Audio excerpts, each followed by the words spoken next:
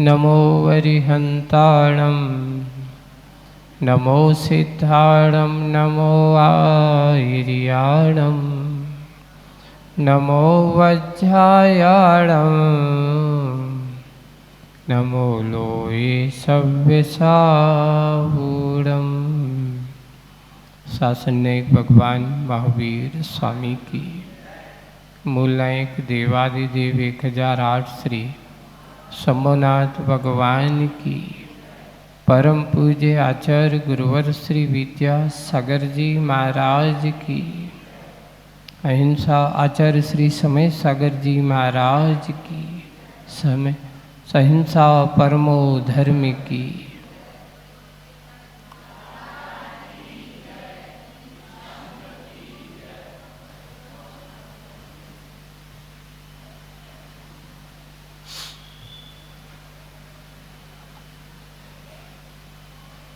बात तो अपनी कल जो चली थी मोल अनमोल की बात है। मूल्य किसका होता है और अनमोल क्या है? तो कहा गया संसार की जितनी भी जड़ वस्तुएं हैं इनका कोई ना कोई मूल्य होता है, कीमत होती है। धन पैसे से उसको हम जुटा सकते हैं, खरीद सकते हैं, लेकिन अनमोल वस्तु जो है इसको खरीदा नहीं जा सकता। जैसे कि उन्होंने लिखा अपनी आत्मा बहुत अनमोल है, प्रत्येक आत्मा अपने आप में मूल्यवान है।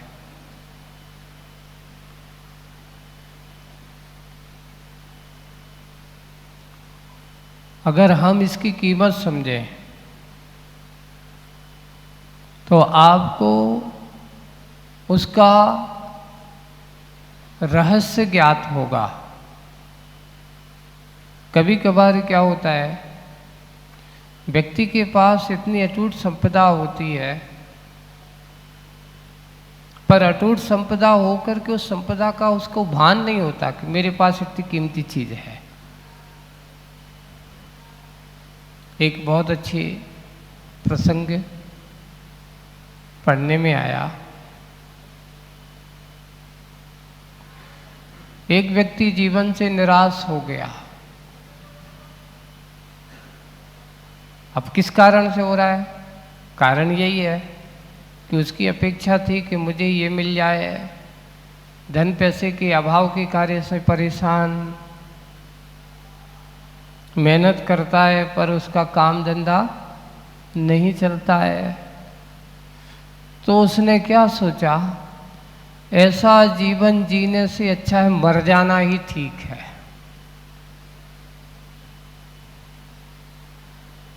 मर जाना ही ठीक है। तो उसने विचार किया कि आज तो अपन को सुसाइड करना है, अब मरना है। क्यों? अब बहुत हो गए परेशान होते होते, इतनी मेहनत इतना सब कुछ करते हैं।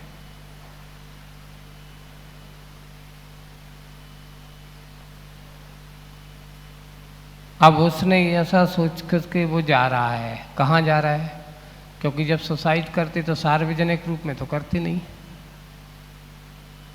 कई लोगों ने पूछा था, महाराज हमने उसमें जब ये बीच में अपना ये संधारा का कार्यक्रम चला था ना, और कुछ डिसीजन ऐसे हुए कि बोली ये भी आत्महत्या है, आत्मघात है। संधारा को या संलेखना को आत्महत्या कर करके ऐसे लोगों ने सिद्ध किया। तो उनके लिए हेतु दिया था। बताओ, आत्महत्या जो करता है वो सार्वजनिक रूप से करता है? कोई नहीं करता। लेकिन हमारी संलेखना कभी भी एकांत में नहीं होती। सार्वजनिक रूप में होती हैं। आप बताओ, संलेख ना करने वाला टेंशन में संलेख ना करता है? आत्महत्या करने वाला किस में करता? कोई ना कोई टेंशन में है। उनको कोई टेंशन नहीं है, टेंशन होते हैं, उनको किसी प्रकार का कोई टेंशन नहीं होता। इतना दुख हो करके ये बताओ, आत्महत्या कोई पूछ के करता है? नहीं करता है। लेकिन संलेखना के साधक सबसे पहले उत्तम क्षमा करके जाता है। भाई सबसे कोई गलती हुई हो, अब मैं अपने आप को होश पूर्वक उत्तम विचारों के साथ अपने आप के जीवन का कल्याण करना चाहता हूँ। इसलिए संलेखना को आत्मघात करना ये बहुत बड़ी भूल है, लोगों की समझ से परे है। तो यहाँ पर वो व्यक्ति जिसके बारे में बात कर रहा था कि उसने सोचा कि अब तो निराश हो चुका हूँ, जीवन जीने से कोई फायदा नहीं है, और जाकर के अब तो अपन जंगल की ओर जा रहा है।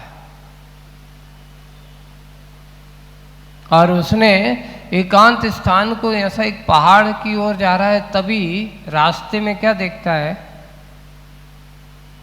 कि एक अच्छा घना पेड़ की छाया पर एक मुनि महाराज बैठे हुए हैं, है ना, और उनके पास कुछ श्रावक भी बैठे हुए हैं।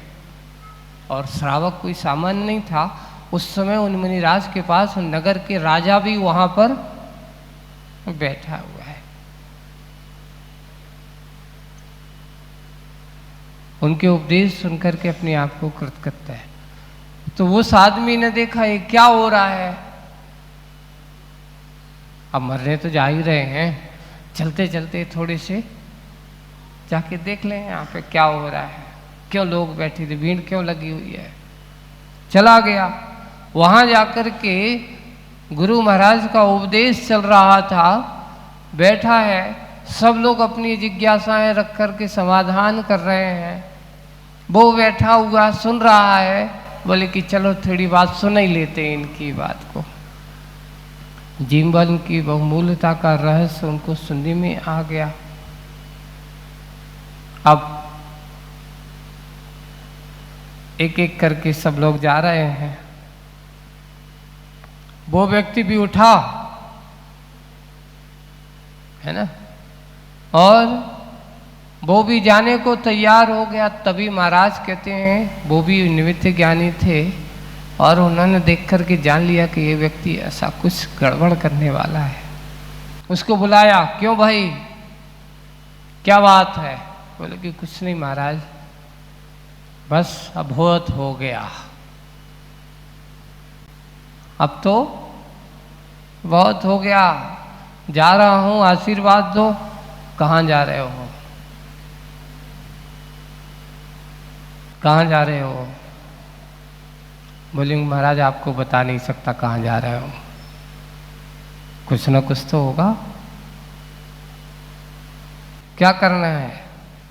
बोले कि अब बहुत हो गया, मेरे पास कुछ भी चारा नहीं बचा रहा, मैं तो बेचारा हो गया हूँ, जीवन से हताश हो चुका हूँ। अब तो एक ही उपाय है कि बस जीवन का अंत करना ही मेरा लक्ष्य बन चुका है। अच्छा, तभी उन्होंने वहाँ बैठे हुए एक व्यक्ति का, देखो ये राजन है मेरे पास, मैं जैसा कहूँगा वैसा हो सकता है, आप एक काम करो, मैं जो कुछ कहूँ तुम किस लिए मरने जा रहे हो? बोले इसलिए मरने जा रहा हूँ कि मैं बहुत परेशान हूँ, पैसा मेरे पास है नहीं है और हमारा कुछ धंधा पानी चल नहीं रहा है, इसलिए अब तो मैं मरण करके ही एक अच्छा आप बनने जा रहे। आपको पैसे की ज़रूरत है, पैसे की ज़रूरत है, अच्छा है, ठीक है, आपको पैसा चाहिए? बोले कि हाँ पैसे चाहिए, उसके लिए बिना तो हमारा काम चलेगा नहीं, तुम्हें पैसा मिल जाएगा, लेकिन एक काम करने बदले में कुछ तो देना पड़ेगा। एक काम करो, तुम्हें कितना पैसा चाहिए? बोले कि मेरे पास कम से 2, 5, 10 लाख रुपए की ज़रूरत है। उनने कहा तुम्हें 10 लाख रुपए मिलेंगे, तुम अपना एक हाथ उनको काट के दे दो।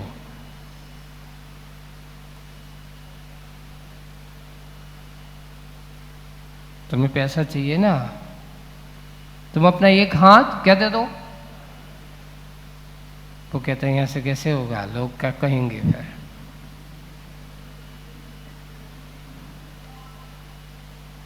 अच्छा एक काम करो, तुम एक हाथ में अच्छा नहीं लगे, दोनों हाथ दे दो, 20 लाख मिलेंगे।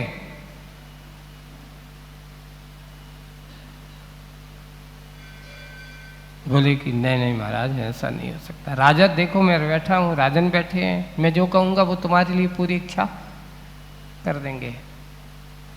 तो महाराज नहीं, ये नहीं हो सकता। तो अच्छा एक काम करो, हाथ नहीं दो, एक काम करो तुम अपनी एक आंख दे दो। आंख तो उतनी ज़्यादा चलेगी? नहीं नहीं महाराज, वो भी नहीं होगा। क्यों? लोक में जाएंगे तो एक आंख से अच्छा हो नहीं लगेगा, नहीं तो लोग सब कहेंगे, क्या कहेंगे, कान्हा इस प्रकार के, ऐसा लोग आक्षेप करेंगे, देखने में अच्छा। एक काम करो तुम दोनों दे दो, जैसे तो कोई देखेगा नहीं, तुम किसी को नहीं देखोगे, है ना, और कोई क्या देख रहा से तुम्हें कोई मतलब नहीं होगा। तो वो कहता है ऐसा जीने से क्या मतलब जो हम ना देखें।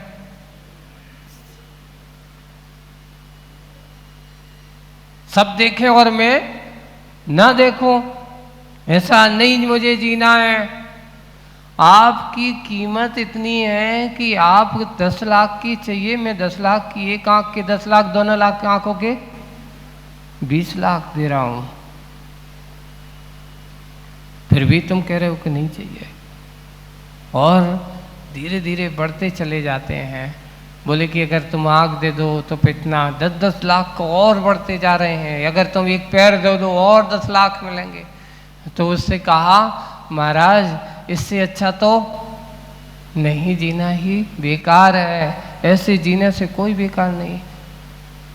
लास्ट में सारभूत ये बात आई कि जब तू एक आँख, इतने तुझे एक आँख के 10 लाख दे रहा हूँ तो देने तैयार नहीं है, एक हाथ के 10 लाख दे रहा हूँ तो देने तैयार नहीं है, दोनों हाथों की, दोनों आँखों के 20 लाख मिल रहा है तो देने को तैयार नहीं है। सोच, तेरे पास इतनी कीमती चीजें हैं, इतनी बहुमूल्य चीजें तेरे पास हैं, और तू जाकर के क्या करना है, बहुमूल्य चीज को फांसी पर लटक के बेकार कर रहा है, आत्मघात करके। इस बहुमूल्य चीज के तेरे पास इतनी कीमती चीजें हैं और तू जाकर के क्या कर रहा है, व्यर्थ में जाकर के इतनी बहुमूल्य चीजों का दुरुपयोग कर रहा है सिर्फ संपत्ति के लिए। सिर्फ हताश हो गए कि आज तेरी परिस्थितियां, कर्म का उदय थोड़ा सा विपरीत क्या हुआ, सिर्फ थोड़े से कर्म के उदय में इतने विपरीतता आने से तू अपने आप को मरने के लिए जा रहा है। थोड़ा सा सामना कर। देखिए इसमें कहा है, जो व्यक्ति संघर्ष और परिस्थितियों का सामना करने से मुंह छिपा करके भागता है उसको कायर कहा जाता है। क्या कहा जाता है? कायर कहा जाता है। लेकिन जो परिस्थितियों का सामना करता है, जूझ करके, भलाई जूझते हुए मर जाए, संघर्ष करते हुए उसका अंत हो जाए, लेकिन वो कायर नहीं कहलाता, पुरुषार्थी कहलाता है। पुरुष जो होता है उसको क्या कहा, जो हमें पुरुषार्थशील हो उसका नाम पुरुष होता है। जो काम से, अपने संघर्षता से, अपने आप के सामने परिस्थितियों से जूझ करके भागे, वह पुरुष नहीं, उसको कायर कहा। इसलिए हमेशा अपने आप के जीवन को कीमती समझो, अनमोल समझो, इसके मोल को समझने की कोशिश करिए। कीमती क्या है, बहुमूल्य क्या है, अरे मनुष्य जैसी संपत्ति, मनुष्य पर्याय जैसी बहुमूल्य चीज और कोई दूसरी नहीं है। बाहर की संपत्ति तो मिलकर के छूट सकती है, लेकिन बंधुओं ये कहा दुर्लभ चीज एक बार मिल गई पुनः मिलेगी कोई जरूरी नहीं है। इन दुर्लभताओं में उन्होंने लिखा धन पैसा तो हाथ का मल है, लेकिन धर्म हाथ का मल नहीं है। ये तो अपने आप को धन्य करने वाला दिल है। इसलिए सोचो, उसकी इस बात को जब उन्होंने इस प्रकार के कहा और उसने ये जान लिया कि मेरे पास इतनी कीमती चीज होने के बावजूद भी मैं इनकी कीमत नहीं समझ पा रहा हूँ, और जाता है पुरुषार्थ करता है, डरने की जरूरत नहीं है। बाद में पता चलता है 2-5 साल के बाद आकर के वहीं उन मुनिराज के पास पहुंचता है, महाराज आपने तो मेरी आत्मशक्ति जागृत कर दी, आपने तो मेरी अंदर की सोई हुई चेतना को जागृत कर दिया, और अगर काश उस दिन आपके थोड़े से वचन सुनने नहीं गया होता तो मैं इस संसार में नहीं होता, और आज मैं करोड़पति हूँ। क्या हूँ आज मैं? मेरे पास करोड़ों की संपत्ति है। सिर्फ किसके कारण से? सिर्फ आपके द्वारा। सिर्फ एक बात बताई कि देख तेरे पास कितनी अंदर कितनी कीमती चीज है, इसको समझो, अपने अंदर की सोई हुई चेतना को जागृत करो। सिर्फ यही है। व्यक्ति निराश हो जाता है, टेंशन में आ जाता है, और टेंशन में आ जाता है तो बस एक ही रास्ता दिखाई देता है, काय का? सुसाइड, आत्मघात। बंधु, सबसे ज़्यादा हमारे आचार्यों ने लिखा है निम्न कार्य है जो आत्महत्या करने के भाव करता हो, आत्महत्या करता है तो उसके लिए कहा गया कि अगले भावों में जो ऐसे व्यक्ति होते हैं उनको कभी आत्मघात करने वालों को, आत्महत्या करने वालों को अगले भावों में ऐसी पर्याय नहीं मिलती। जाकर के कौन सी पर्यायों में भटकते हैं फिर? दुर्गति, नरक त्रेंच गति के पात्र बने रहते हैं। इसलिए सबसे पहले संकल्प होना चाहिए कि हम अपने जीवन में कभी क्या नहीं करेंगे? आत्मघात नहीं करेंगे। यानी अपनी कीमत समझो। जिन्हें अपने आप की इस पर्याय की, मनुष्य पर्याय की कीमत होती है, वही व्यक्ति इस कीमत को आंक सकता है। आज कल जो बात अपन ने कहा, अनमोल याचना, हे भगवान मुझे अनंत संत हुआ है, मोल नहीं अनमोल मिले। ऐसा जिसका कोई मोल नहीं है, तुम्हारी आत्मा का कोई मोल नहीं है, ऐसी अनंत को देने वाली है, अनंत सुख का कारण बनने वाली है, उसको हम समझने की कोशिश करें। आज उसी पर्याय के अंतर्गत आपकी इंद्रियों की कीमत भी बहुत है। आज अपन एक बहुत अच्छी कविता आचार्य से की है, माहौल की प्यास, है ना। देखिए, माहौल की प्यास, यहाँ इस कविता के माध्यम से आचार्य श्री आपको एक नई दिशा की ओर ले जाने की कोशिश कर रहे हैं। सुने, ओ श्रवणा, श्रवणा करता ने सुनने की क्षमता जहाँ होती है उसका नाम श्रवणा। श्रवणा जिसे अपन कहो कर्णेंद्रिय, है ना। ओ श्रवणा, कितनी बार श्रवण किया,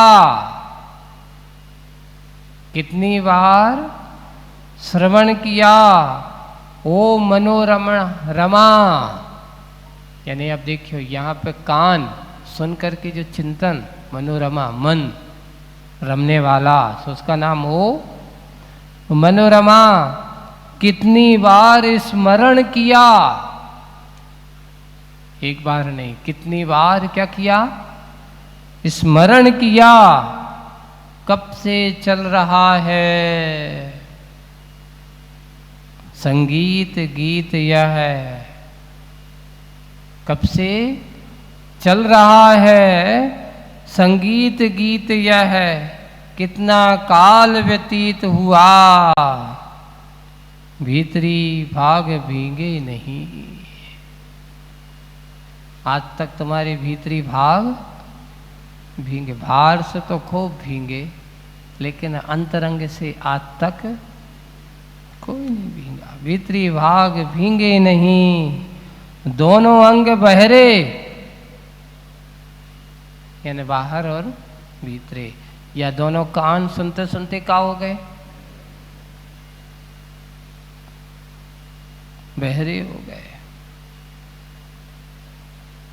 कहाँ हुए हरे भरे, हे निराग हरे, अब बोल नहीं माहौल मिले। अब इसलिए एक बात यहाँ पर लिखे हैं कि देखो, हमारे कान सुनते सुनते बहरे हो गए, फिर भी अभी तक तुम्हारे अंदर की भाव नहीं बने, अभी तक हम अंदर के परिणाम नहीं जगा पाए। सुनते सुनते शास्त्र के बहर हो गए कान। देखिए, सुनते सुनते शास्त्र को बहर हो गए कान, आशा तृष्णा ना मिटी, कैसे मिले भगवान। अब सुको, आशा तृष्णा ना मिटी तो कैसे मिले हैं भगवान, बताओ। खूब शास्त्र पढ़े महाराज, इतने नहीं, हमने ऐसो मंदिर में सब जिनवाणी के सब शास्त्र पढ़ ले के पढ़ डारे।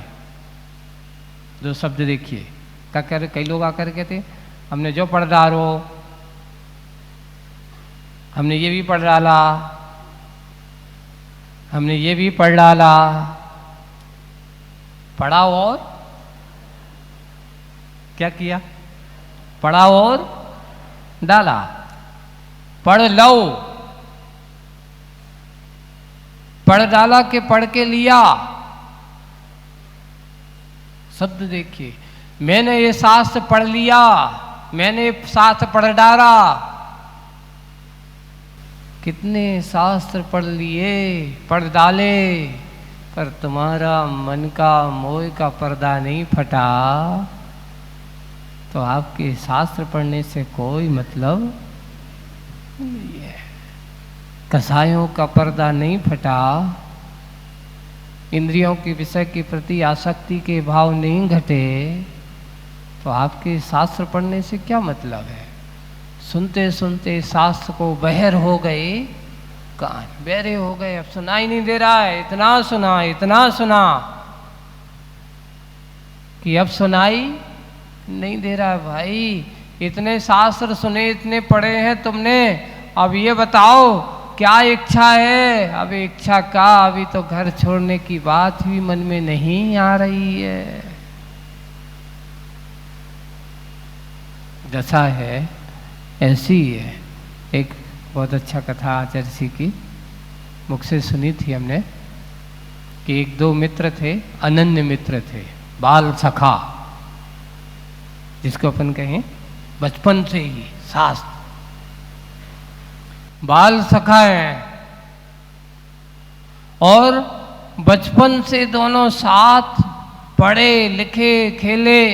अब हुआ है कि जैसे ही जवानी का काल आया, एक मित्र था उसको वैराग्य हो गया, दूसरा जो था वो तो घर में फंस गया, विषय भोगों में, राग रंग में फंस गया। और राग रंग में फंस जाने के कारण से अब उससे कहा जाता है, उनका एक मित्र मुनि बन गया और एक दिन विहार करते हुए नगर में आया। उसने जैसी सूचना मिली कि हमारा मित्र जो मुनि बन गया वो आए हैं, वो जाकर के, अब देखो भाई, मित्र तो मित्र रहा, बचपन भलाई, अब उन्हें गया और जाकर के मिला। महाराज वो पूछते हैं, उससे भी मिलते, क्यों भाई क्या हो रहा है। बोले कि क्या हो रहा है महाराज? वही काम, वही दुकान, वही काम धंधा। क्या कहा था? बोले कि कहा तो ये था कि अपन सब जो भी करेंगे साथ में करेंगे बचपन में। तो अब क्या हो गया? बोले कि अब क्या हो गया? अब तो ये हो गया कि आप तो चले गए, मुनि बन गए, और हम ही घर के थे, मुनि बन के बैठ गए। क्या होता है? मुनि में ही तो हो, सबका लेखा जोखा करते रहो, कौन को क्या करना है, सबकी आवश्यकता पूरी करते रहो। दुकानदार ये देख रहे हैं, दूसरों के ही बारे में चिंता कर रहे हैं, बस ये हो रहा है। अब उन्होंने कहा कि एक काम करो, अब हो गया जितना है, अब तो तुम बहुत कर लिया है, बेटा बेटी भी हो गए हैं, वे भी बड़े हो गए हैं, काम धंधो वे भी करने लगे हैं, अब छोड़ो छाड़ो चलो। तो उनने कहा बिल्कुल सही कह रहे हो आप, तो अब उम्र भी हो गई, 60 से ऊपर हो गए हो, हम भी 60 के हो गए, तुम भी 60 के हो गए हो, यानी अब सटियाने के दिन आ गए हैं, अब क्या करो, छोड़ो छाड़ो चलो साथ में। तो वो क्या कहते हैं, बस एक काम करते, हम सोच ही रहे थे, आपने अच्छी बात कही, ऐसे कहते ना, बहुत अच्छा कहा, बस हम सोच ही रहे थे कि अब हम भी अपने मित्र की तरह कल्याण करना है, बस मैंने सोचा है कि थोड़ा छोटा बेटा है, इसको और ठिकाने लगा दें थोड़ा काम धंधे में, और उसके शादी विवाह कर दें, और बस उसके बाद फिर हम आप ही के पास आ ही रहे हैं। लगाते लगाते 10 साल निकल गए, ओकी दुकान भी खुल गई है ना। 10-12 साल बाद आए, महाराज का आगमन हुआ, पता चला कि वे जो कह रहे थे हम आ रहे हैं, वे तो आवे के पहले ही चले गए, वो चले गए। जिनका मात्र क्या काम था, दूसरों की व्यवस्था बनाना, ये व्यवस्था बनाना। एक दिन वो महाराज का चतुर्मास वहीं पर हो रहा है ना, चतुर्मास वहाँ हो रहा है, चतुर्मास वहाँ पर हुआ। अब चतुर्मास होने के बाद एक दिन उनका क्या होता है कि एक बैल है, बैल वो आकर के सुबह होती है दुकान के सामने आके बैठ जाता है, उसको मारते हैं, जितनी बार मार के भगाओ, लेकिन घूम फिर के थोड़ा बहुत खा लेता है, मार खा पी करके बार बार बैठ करके कहाँ जाता है, वहीं दुकान पे आकर के बैठ जाता है। महाराज हमारी समझ में नहीं आए, आखिर ये बैल है कहाँ इससे। तो वो जो उनका बेटा था महाराज के पास पहुंचा, और महाराज जी के पास पहुंच करके उन्होंने कहा कि महाराज ऐसी ऐसी समस्या है, एक बैल सुबह से आकर के बिल्कुल, और मैं देख रहा हूँ आज से नहीं, ये कम से कम 3-4 साल ज़्यादा हो गए, 3-4 साल 5 साल से, जब से छोटा था जब से बिल्कुल उसकी यही दशा है। पता चला कि भाई क्या है कैसा है, महाराज ने उसको जान करके कहा था, भैया ये दशा कोई दूसरा नहीं है, उसको मारो नहीं, अच्छे से खिलाओ पिलाओ। कौन थे?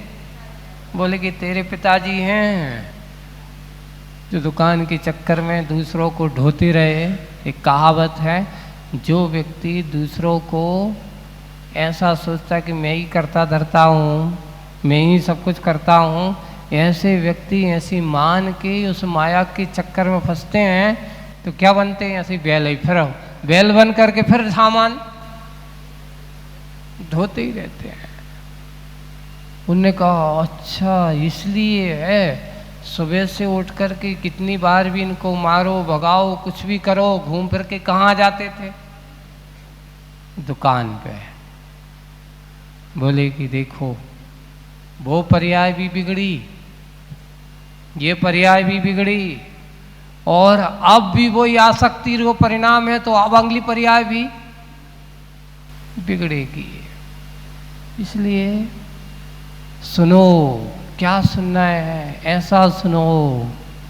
ये कान तुम्हें मिले ये हैं दुकान खोलने वालों, ये कान काय के लिए हैं? इसलिए कि जिससे हमारा अच्छा धंधो पानी चले। एक और बात आता है, आज के समय में कोई धर्म की बात कहो तो आदमी के कान उतने ज़्यादा तर्राते नहीं हैं, जो सच्चे कान लगा के नहीं सुनते हो। जैसे पैसे की बात आएगी, अरे कहीं से अगर थोड़ी तेज भी आवाज़ आ रही, खूब हल्ला हो रहा हो, खूब नगाड़े भी बज रहा हो, और कहीं से कुछ आ रहा हो फोन पे, वो भागेगा, एक कान दबाएगा और सुन के आएगा। काम की बात नहीं, दुकान की बात है। वही है, यहाँ सिमरना अपने आप की इंद्रियों की बात करना। ये कान तुझे मिले, और उसकी क्या हुई? वो मित्र कहता है कि देखो तुम्हारी ये दशा किसके कारण से हुई है? मोह माया के चक्कर में पड़ने वालों की दशा यही होती है। जो मोह माया से ऊपर उठ करके अपने आप के आत्मा के कल्याण के स्वरूप में लग जाते हैं, उनका नियम से अच्छा उत्थान होता है। तो वहाँ हो सिमरना सुनने वालों, आप सब लोगों के लिए भी यही है। कितनी बार श्रवण किया, कब से सुन रहे हो? एक बार नहीं, कितनी बार सुन रहे हो? कौन सी बात सुन रहे हो? अच्छी भी सुन रहे हो और बुरी भी सुन रहे हो। एक और कभी कभार ऐसा लिखा है, कुछ लोगों को वैराग्य हो जाता है। किस चीज़ से वैराग्य हो जाता है?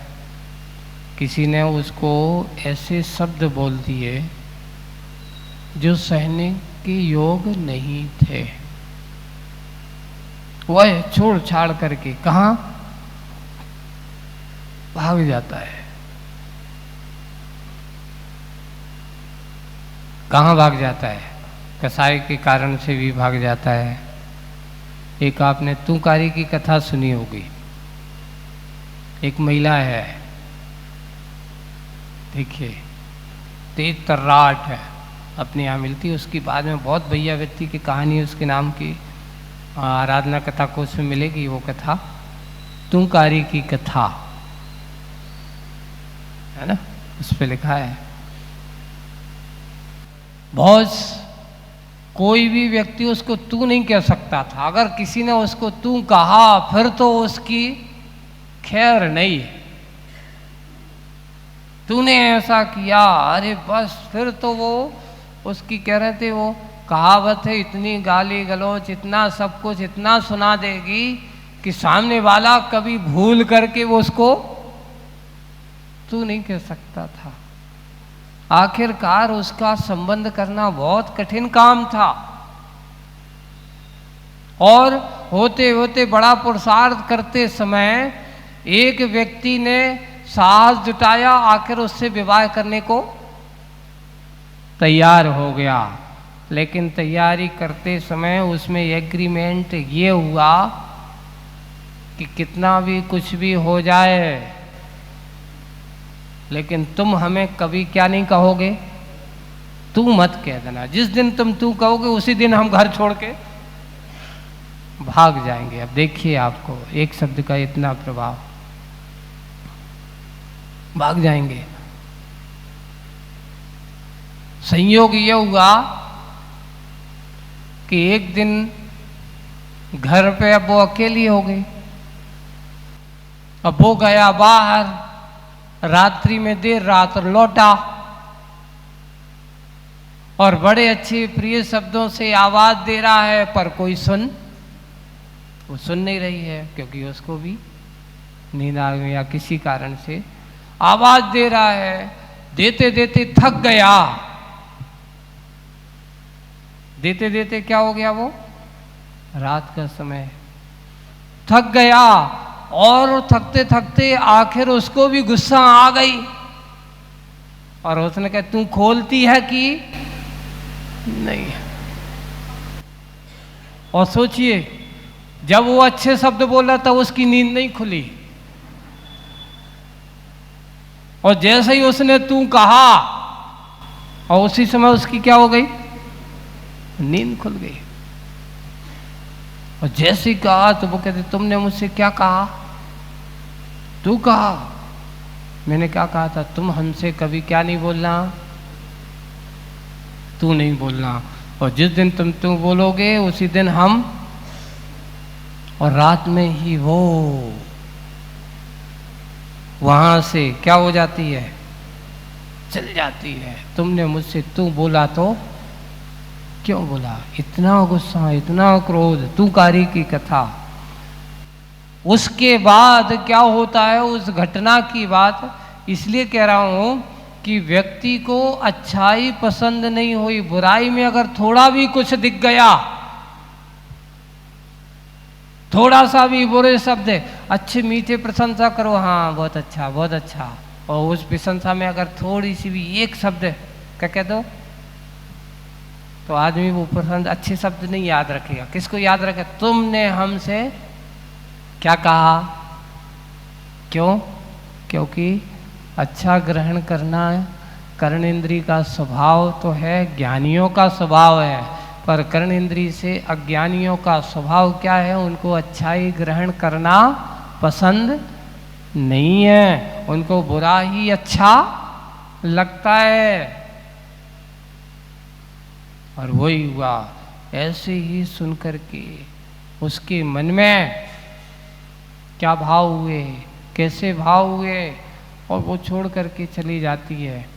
बाद में उसके साथ क्या समस्या होती है, आगे की कथा बहुत लंबी है, बहुत विशेष है।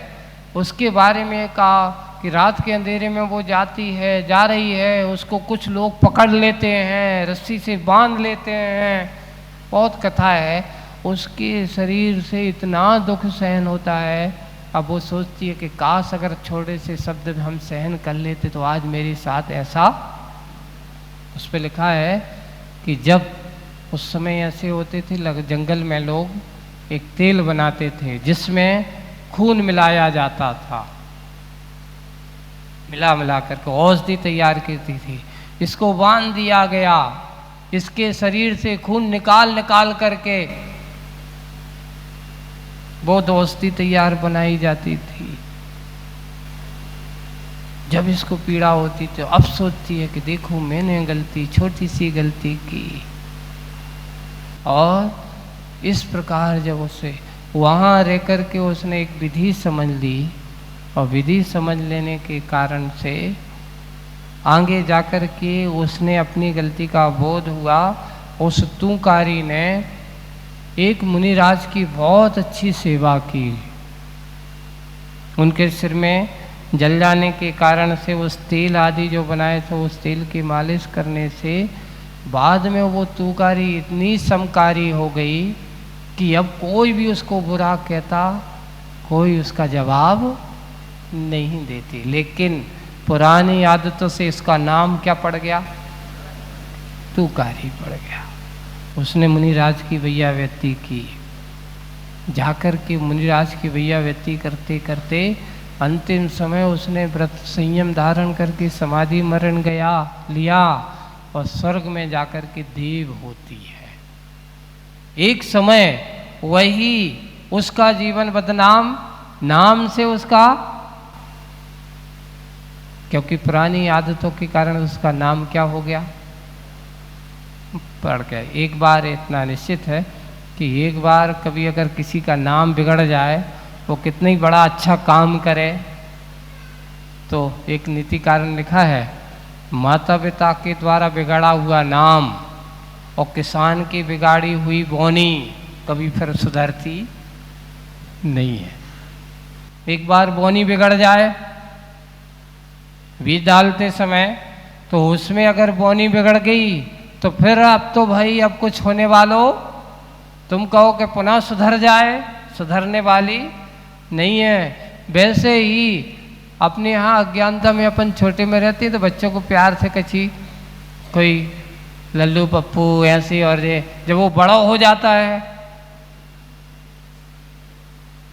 बेनाम अभी तक फिर सुधरना बहुत मुश्किल काम है। इसलिए कहा कि नाम को बिगाड़ो मत, नाम को अच्छे नाम रहना चाहिए।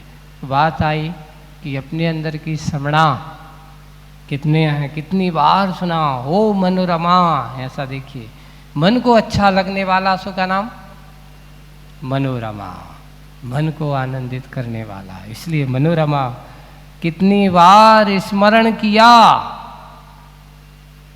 ओ पहली बार बहुत अच्छा था, इस बार का थोड़ा सा अच्छा है, उस बार की अपेक्षा से इस बार का और अच्छा है। ऐसा ही कितनी बार स्मरण किया। कब से चल रहा है? आज से नहीं, कब से चल रहा है? एक गीत संगीत, संगीत और गीत यह है कितना काल व्यतीत हो गया, कितना काल व्यतीत हो गया, कब तक सुनूंगा, कब तक इसमें रमता रहूंगा, भीतरी भाग भींगे नहीं। सुने तो पर सुन करके भी नहीं सुने। एक श्रोताओं के लक्षणों में कई प्रकार के श्रोता के गुणों का वर्णन किया गया है। तो एक उन्होंने लिखा कि कुछ लोग श्रोता कैसे होते हैं, बोले सरोता जैसे होते हैं। कुछ श्रोता कैसे होते हैं? सरोता जानते हो, जो सुपारी काटते ना जिससे, है ना, तो सुपारी एक रहती है और सरोता पे रख दो तो कितनी हो जाती है? करते जाओ, कतरते जाओ, छोटे छोटे बहुत सारे हो जाते हैं। उन्होंने कहा एक बात को अनेक रूप में करना, अनेक रूप के अर्थ लगा करके लोगों को प्रकट करना, ये भी श्रोताओं का लक्षण है। अब उसमें अंतर इनता है कि अर्थ है कभी अच्छा भी हो सकता है और कभी बुरा भी है। अच्छा श्रोता है तो उसी अर्थ को नया नया चिंतन दे करके आपको नया नया रूप दे सकता है, और अगर विपरीत श्रोता है तो बात अगर किसी की इतनी सी गलती हुई तो गलती को और अच्छी पुट लगा लगा करके, बढ़िया बता बता करके उसको क्या करते रहते हैं, बताते रहते कि तुमने ऐसा किया, उसका कैसा करवाया, उसने ऐसा करवाया होगा, एक के साथ कई संबंध जोड़ते। तो श्रोता श्रोता जैसा, जैसे अनेक भेद करता चला जाता है, अनेक रूप देता चला जाता है, ऐसा श्रोता भी होता है। और एक श्रोता तोता भी होता है। तोता कैसा होता है बताओ?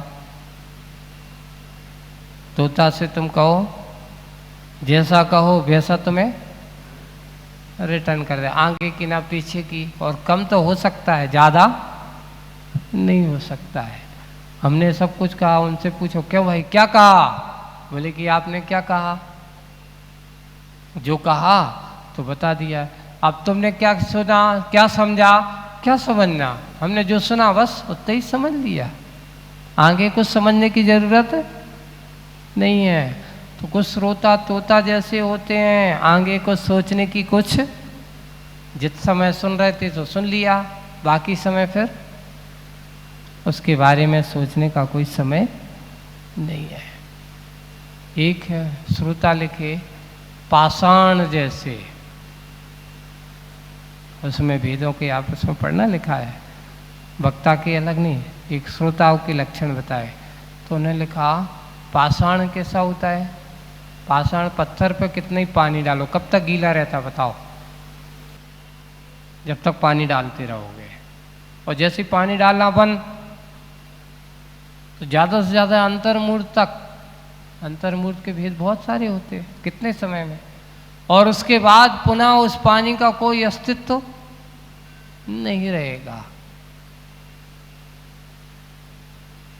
उसका अस्तित्व रहने वाला कितना ही सुनाओ वो है उसके जैसे पाषाण पे डाला हुआ पानी पाषाण को तत्कालिक तो गीला कर देता है, पर बाहर से गीला होता है, भीतर से गीला नहीं होता। यही हुआ कि आज तक कितने काल व्यतीत हुए, सुनते सुनते बाहर से तो भीतर से आज तक नहीं भींगे, बाहर से तो खो भींगे पाषाण की तरह। पानी कितना बह जाए पर कभी भी उसमें कोई असर नहीं होता। इसमें लिखा जाता है कि उल्टे घड़े पर कितना भी पानी डालो, घड़े में पानी रुक नहीं सकता। घड़े में रुकने के लिए क्या करना पड़ेगा? घड़े को सीधा करो तभी पानी रुक सकता है। बाहर से तो भींगना बहना उसका स्वभाव बन जाता है। ऐसे ही यही है काल संगीत। आज तक हम खूब धर्म की धर्मात्माओं की बात सुनते आ रहे हैं, तब से सुन रहे हैं महाराज, बहुत सारे समय से सुन रहे हैं, घर बैठे सुन रहे हैं। सुन कर के हमारे अंदर कितना आचरण आया, कितने हमने उसको आत्मसात किया, उसको हमें सुनना है। सुनने के लिए कान नहीं है, सुन कर के थोड़े से अंदर से भीगने के लिए, बचने के लिए है। इसलिए सुनते सुनते बाहर भीतरी भाग नहीं भींगा, दोनों बहरे हो गए। क्या बहरे हो गए? एक कान नहीं, कितने कान हैं? दोनों सुनते सुनते बहरे हो गए। बहरे दोनों अंग बहरे कहाँ हुए? आज तक हरे भरे। हमारे लिखा है, अपने यहाँ लिखा है, लब्धि की अपेक्षा से जब बात आती है तो कर्ण लब्धि कहा गया। जिस समय यह जीव कर्ण लब्धि में डलता है और कर्म लब्धि में डल करके जब ये जाता है और अपने अंदर के भेद विज्ञान विवेक भाव को जागृत करता है, उस समय वह सम्यक दर्शन की भूमिका को तैयार कर लेता है। आज तक कानों से सुना पर कर्म लब्धि को प्राप्त आज तक ये जीव नहीं हुआ, जब तक उसका परिणाम ये हुआ कि हमने सम्यक दर्शन की भूमिका को तैयार नहीं कर पाए।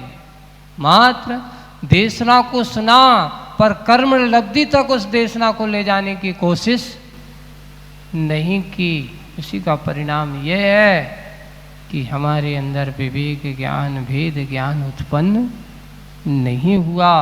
इसलिए कहा दोनों अंग बहरे कहाँ हुए? दोनों हरे भरे। ऐसा शब्द अगर एक बार उतर जाए कि वैराग्य का भाव जागृत हो जाए, अंदर से वैराग्य का परिणति बन जाए। एक शब्द अगर उतर जाता है वो सोचते हैं धिक्कार है इस संसार में, यहाँ रहने में कोई सार नहीं है। सब छोड़ जा करके बन जाता है हे निराग हरे।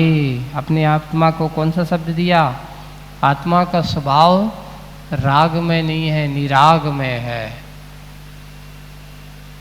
ये तो विभाविक परिणतियां हैं कि आज हमें बाहर के राग रंग में फंसे हैं। स्वभाव की दृष्टि से देखें तो आत्मा का स्वभाव निरागमय है, रागमय नहीं है। जो राग के चक्कर में फंसा हुआ है वो वीतरागता से आज को सो दूर पड़ा हुआ है।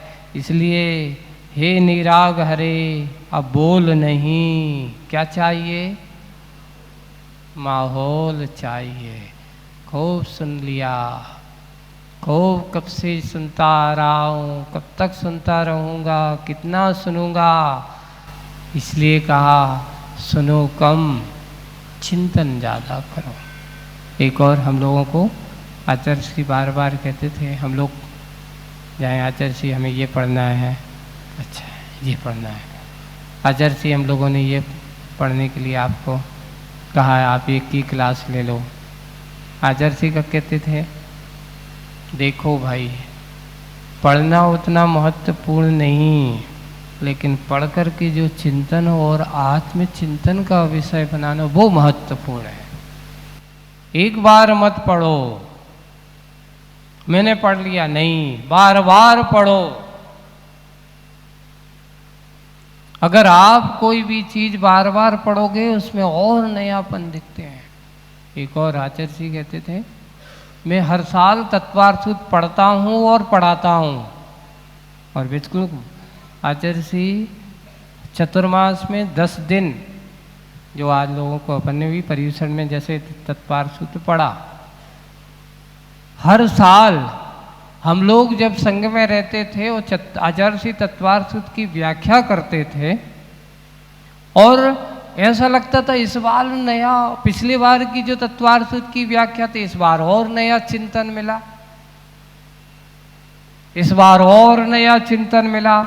कुछ ना कुछ आचार्य जी का चिंतन, आचार्य जी के बिंदु रहते थे नए नए रूप में। इसलिए आचार्य जी बार बार हम लोगों से कहते थे तत्वार्थ सूत्र एक बार करके ये नहीं सोचना चाहिए कि बस हो गया, इसको जितनी बार पढ़ोगे उतनी बार तुम्हें नयापन दिखेगा। ये विशेषता है सूत्र ग्रंथ की।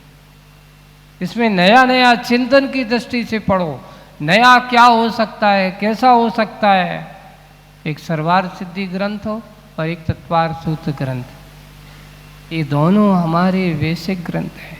इनको जितनी बार भी पढ़ोगे उतनी बार तुम्हें नया नयापन, इसलिए बार बार पढ़ो। कम पढ़ो लेकिन कितना पढ़ो, अच्छा पढ़ो। जितनी बार अगर आप उसका अध्ययन करोगे, जितनी जितनी उसकी गहराई में उतरने की कोशिश करोगे, उतना उतना और तुम्हारा चिंतन बढ़ता चला जाता है। चित्त में एकाग्रता होना ही, जब तक हमारी एकाग्रता नहीं होती तब तक आपका चिंतन की धारा बन नहीं सकती। चिंतन की धारा बनाना हो तो हमें सबसे पहले मन को एकाग्र करना होगा, वचन को भी एकाग्र करना होगा और तन को भी एकाग्र करना होगा। जब हमारे तीनों एकाग्र होते हैं तभी ध्यान की भूमिका बनती है। इसलिए ध्यान की भूमिका बनाना है तो एकाग्रता सबसे पहले लाना है। मात्र सुनने से मात्र से काम होने वाला नहीं है। इसी भावना से बोलिए परम पूज्य आचार्य गुरुवर श्री विद्यासागर जी महाराज।